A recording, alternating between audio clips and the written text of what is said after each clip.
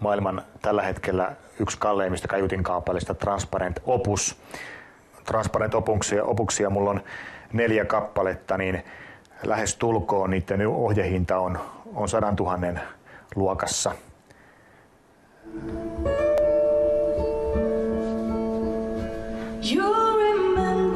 Täällä on pieni piiri.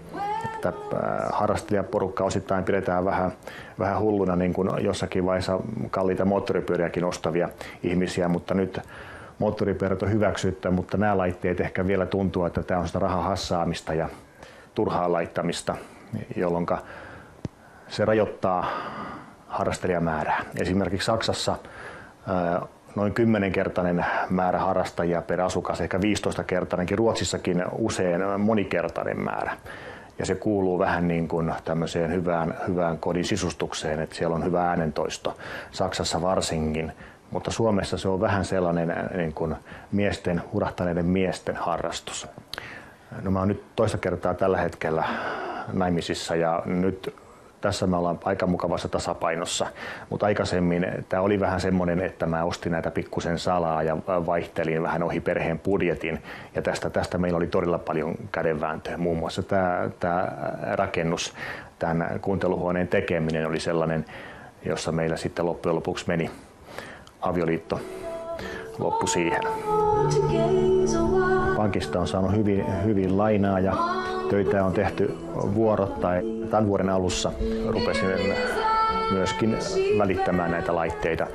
Jo muutaman vuoden ajan kaverit on kysellyt, että koska sä laitat liikkeen pystyyn. Ja nyt mä sitten ajattelin, että nyt tämä on siihen malliin kasvanut, että eiköhän tässä nyt voisi jo lähteäkin kokeilemaan. Ja harrastuksen lähtökohta on varmasti lähteä hakemaan sitä täydellistä ääntä, kenelle mikäkin se täydellinen ääni on. Mulle se on tämmöinen konsertin, sinfoniakonsertin tai hyvin miksatun live-konsertin ääni.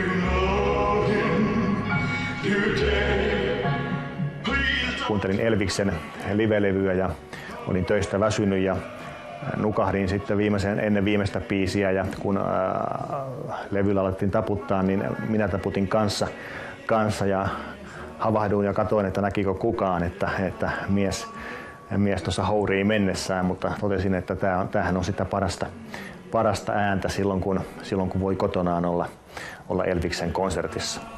Mun mielestä se on silloin hipoo täydellisyyttä.